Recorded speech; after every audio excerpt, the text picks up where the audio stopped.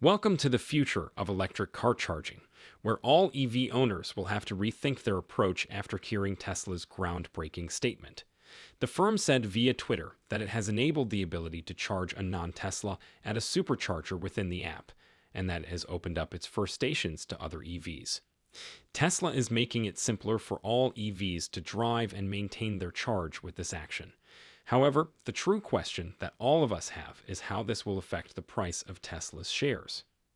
We'll go into great detail about this announcement, examine how it might affect Tesla's network of charging stations, and get a first look at some highly anticipated Model Y improvements in this video. So grab a seat and join us as we examine how Tesla's electric vehicle charging strategy may impact the future of the company's stock price. Prior to proceeding, confirm that you have a Wall Street Games subscription and remember to give this video a high five. Tesla has now let non-Tesla vehicles to use its first chargers and integrated the ability to charge a non-Tesla vehicle at a supercharger into the app. They shared a video demonstrating how simple it is to use along with their announcement tweet. All you have to do is pick your stall, select the charging site, unlock the CCS adapter, plug it in, and let it charge. You receive a summary once charging is complete, and the app updates your charging status in real time. Thanks to Tesla, charging another EV is almost as easy as charging a Tesla at a supercharger. I'm excited to watch how this plays out as they are in the process of adding more superchargers to all EVs for the remainder of this year and next. It should greatly increase the viability of owning any EV while Tesla keeps growing its network, which is only available to Tesla owners. Although this is wonderful news, it does indicate two things. First of all, Tesla forfeits a benefit. Considering how many charging stations are being built every week, it is unclear how much of an impact this move will have, but it will undoubtedly alter things. The fantastic supercharger experience that Tesla users are accustomed to will not exist in the future, and the fact that driving an EV is easier in a Tesla than in another will not be the only factor in choosing a Tesla over other EVs. All EVs will find it easier thanks to Tesla, but traffic will still be heavy. Second, even though this is fantastic, there will already be issues with EVs having varied places for their charge connectors. The short wire length of Tesla's superchargers is intended to reach the rear left of the vehicles while backing in. This charging cable is intended for a Tesla that would reoccupy the space left by the F-150 Lightning, even though the video is entertaining to watch. The increasing number of electric vehicles, EVs, on the road is wonderful, but it also presents a challenge to make sure there are enough charging stations to keep them all fully charged. One issue that frequently arises is the problem of parking spots turning into dead areas as a result of nearby cars using charging wires. As more and more EVs are driven, it's something to watch out for. Speaking of Tesla, as more automakers enter the EV market, I'm interested to see how their charging network develops. Considering that Tesla is the market leader in the US for EV usage, it will be fascinating to watch if other manufacturers modify their charging connections to prevent problems. Regarding the latest developments from Tesla, I was thrilled to see the Quicksilver and Midnight Cherry Red Model Y choices on display at Tesla's Investor Day. Though they are now only produced in Berlin, there is optimism that these options will soon be made available in the United States. The most exciting news, however, is the purportedly updated Model Y, codenamed Juniper, which is expected to begin production in 2024 and have improvements to the outside and inside, as well as an emphasis on manufacturing efficiency. It's something to watch out for. There are conjectures that Tesla may consider incorporating the new Project Highland Model 3 into the Model Y around 2024. Tesla might already be thinking about making some significant adjustments, such as a total redesign of the vehicle's architecture. I wonder what kind of changes we might see in the upcoming year, but of course these are only rumors from Reuters, so take them with a grain of salt. We all knew that Elon Musk would present Master Plan Part 3, but we weren't sure if this would only consist of Tesla discussing tremendous scale or if they would present Hardware 4.0, the Project Highland Model 3, or their future $25,000 EV in full. However, this is what took place during the function.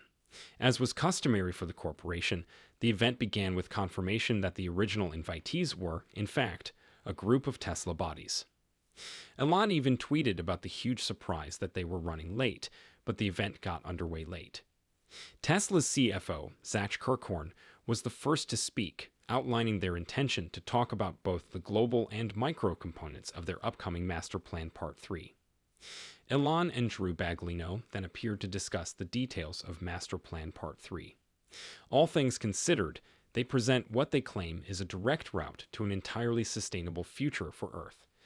Elon told us that it is doable, despite the fact that most people he spoke with, even some really intelligent individuals, did not believe it to be possible. They went into great detail on the current state of filthy energy and its potential for clean energy in the future, as well as the precise number of materials and batteries required for this shift.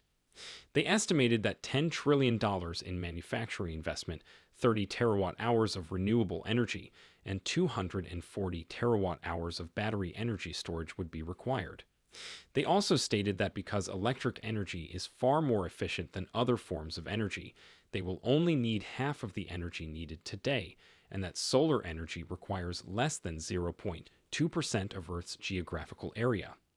The $10 trillion investment is around 10% of the global GDP in 2022, and there are no unsolvable resource issues. In general, it uses less mining than the present economic system.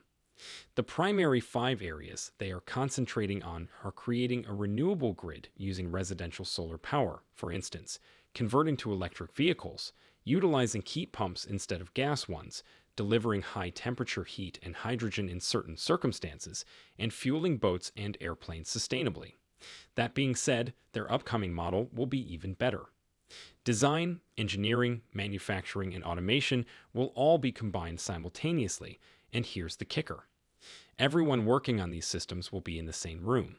They provided us with an example of how their future assembly method will differ from its existing one. Colin Campbell then approached to discuss their powertrain. Since its launch in 2017, the Model 3 powertrain has already been made 20% lighter, 25% less reliant on rare earth minerals, and the powertrain plant is 75% smaller and 65% less expensive. And here's the kicker. They will not employ any rare earth minerals at all in their future drive unit. It appears that Tesla is improving the electronic architecture of its cars to a considerable degree. They are creating their controllers for every automobile, and all of them will be included in the next generation vehicle platform, which will allow them greater freedom in terms of software and design. Additionally, they are switching to a 48-volt architecture from a 12-volt battery. In order to maximize their battery packs and other features, they constantly make upgrades and enhancements to the software. They also do extensive fleet learning. Along with robotaxi development, Tesla is also focusing on autonomous fleet management. More was discussed on fully autonomous driving, FSD, and its role in a sustainable future, given that cars are frequently left running when not in use. Additionally, they are developing the Tesla Bot, which has undergone several prototypes and is advancing swiftly. Regarding charging, Tesla is much ahead of the competition. With their charging network, they can already facilitate 99% of road journeys, and their site-level uptime is 99.9%. Their supercharger deployment is now 20% to 70% less expensive than that of their competitors thanks to cost reductions. They optimize their route planner for effective routing, and they pre-build their superchargers to reduce deployment time and expense. To ensure there is never a wait, they want to turn it into an air traffic control system for charging electric vehicles.